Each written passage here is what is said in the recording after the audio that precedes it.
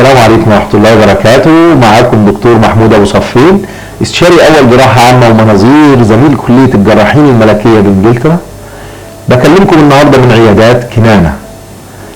حلقتنا النهاردة الحقيقة عن الشرخ الشرجي، وهو عبارة عن شق أو قطع في عضلة الشرج والغشاء المخاطي المبطن. الحقيقة الشرخ الشرجي ده مشكلة كبيرة شوية، خصوصا مع بناتنا الفضليات والسيدات الفضليات.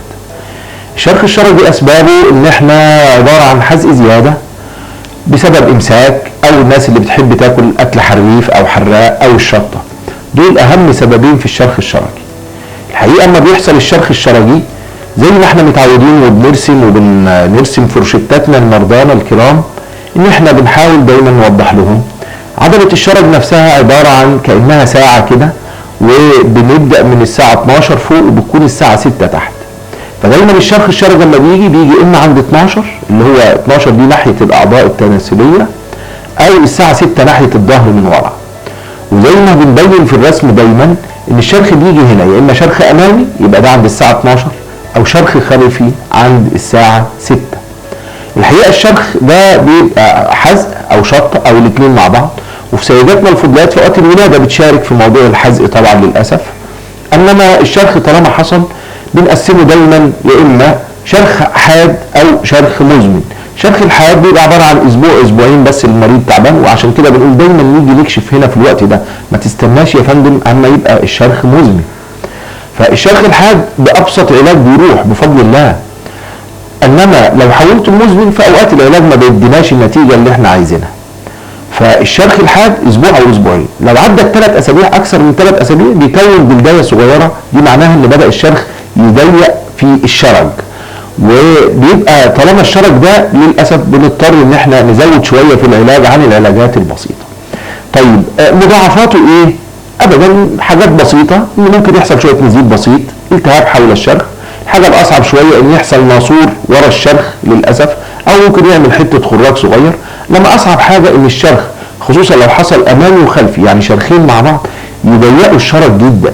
ولو ضاق الشرج للاسف اللي بعد كده بيبدا المريض يحزق على شرج مقفول، فده بيضطر يدخلنا بقى في مضاعفات اللي هي الناسور، لان البراز حفظكم الله بيدور على فتحه ثانيه يخرج منها، بنحزق على شرج مقفول. لذلك دايما لو في ضيق في الشرج يا جماعه بنقول للناس دايما ناخد علاج او نحاول نروح نكشف عشان نطمئن. والحقيقه اكتر من 90% من الحالات بتخف بدون جراحه. بنديهم مجرد مسكن بسيط، بنديهم حاجه عشان تقل التشنج بتاع العضله، لان احنا عندنا الامساك يؤدي الى الشرخ، والشرخ يعمل تشنج في العضله، والعضله نفسها بتعمل الم، والالم يزود التشنج، والتشنج يفتح الشرخ اكتر، وهكذا بنبقى في دايره مغلقه. فلازم نسكن الالم عشان التشنج يقف. لان دايما المريضه تجيلي تقول لي انا بتعب جدا اثناء الحمام، ثم بعد ساعتين 3 بعد الحمام تعبانه. ليه نسيب نفسنا تعبانين؟ موضوع بسيط وعلاجه سهل. فاحنا طالما شخصنا وقلنا ده شرخ امامي او شرخ خلفي سواء حاد او مزمن، بنعالجه على طول. بنعالجه بايه؟ قلنا مسكن، ندي ملاين في الاول خفيف مع مخدر موضعي للشرج، وكمان بندي حاجه زي الجليسرين تراي نيتريت، حاجه توسع لي فتحه الشرج. 90% من الحالات بيخف مع البعد عن الامساك، ان احنا نشرب شويه نعناع، شاي اخضر، لبن ساقع، ناكل خضروات كتير، خس، خيار، قثاء اللي هي القته، اي حاجه فيها خضار، ونبعد عن الشطه، ونقعد في الماء الساخن 2 3 في اليوم. ده اسمه علاج تحفظي. 90% من الحالات طالما جه بدري بيخف. نادرا ان احنا نحتاج تدخل، ولو احتاجنا تدخل عمليه الشرخ بالاجهزه مفيش فيها غرز، مفيش فيها خياطه، مفيش فتيل زي زمان.